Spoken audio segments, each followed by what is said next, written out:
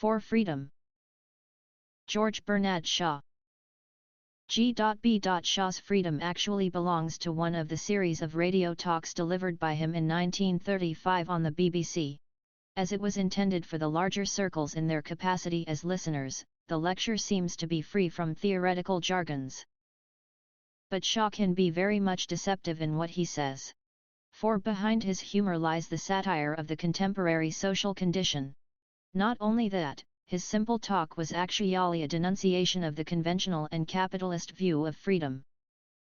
Politically, Shaw conformed to democratic socialism, a variant of Marxism, according to which the society should try to reach the socialist political condition gradually by the democratic means.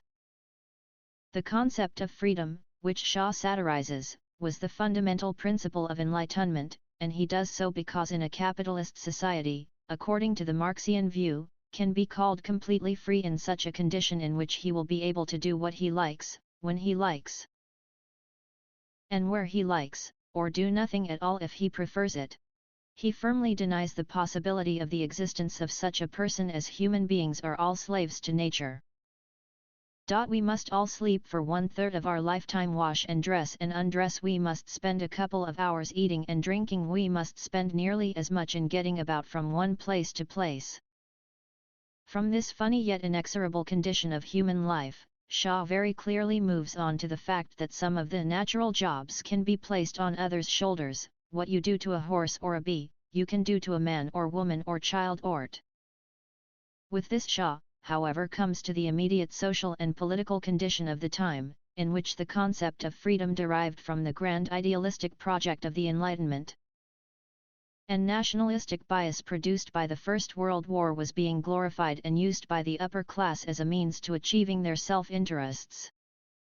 According to Shaw, the farce of the democratic system in a capitalistic state lies in the fact that most actual governments enforce your slavery and call it freedom. But the citizens of the state continue to be duped by the system instead of rising to protest. Shaw terms this unequal relationship the unnatural slavery of man to man. Shaw points out an important difference between the natural slavery of man to nature and the unnatural slavery of man to man.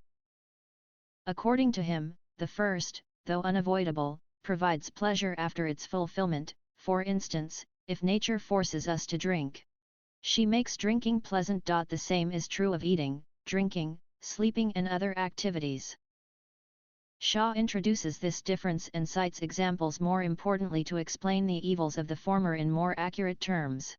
He refers to few thinkers like Karl Marx and Thomas More, who denounced this slavery and tried to abolish it. At this point his explanation of the capitalist mechanism, that is, the means by which the system tries to dupe people and establish, legitimize, and perpetuate itself, approaches the ideological theories of Althusser and Gramsci. Ideology represents, Althusser tells us, the imaginary relationship of individuals to their real condition of existence. He points out that there are found a number of ideologies, namely, religious ideology, ethical ideology, legal ideology, political ideology, all of which operate invisibly in the superstructure. Shaw strikes at the very root when he says, naturally the master class through its parliaments and schools and newspapers, makes the most desperate efforts to prevent us from realizing our slavery. He explains historically how the British capitalist system has established itself by propagating the so-called glorious events as the Magna Carta, the defeat of the Spanish Armadas and Napoleon. Then he explains how ideological apparatuses, to quote Althusser, manipulate the common mass to cast votes in favor of the capitalist leaders. What is more alarmingly effective, according to him, is the educational system, which operates in the superstructure and ends in diluting the master class much more completely. Thus Shaw explains the difference between two kinds of slavery and conclusively tells the listeners/readers, wipe out from your dreams of freedom the hope of being able to do as you please all the time. For, according to him, people have to remain occupied doing the natural slavery for at least 12 hours a day, while their unnatural slavery is controlled and regulated by the legal and administrative system of the country. Question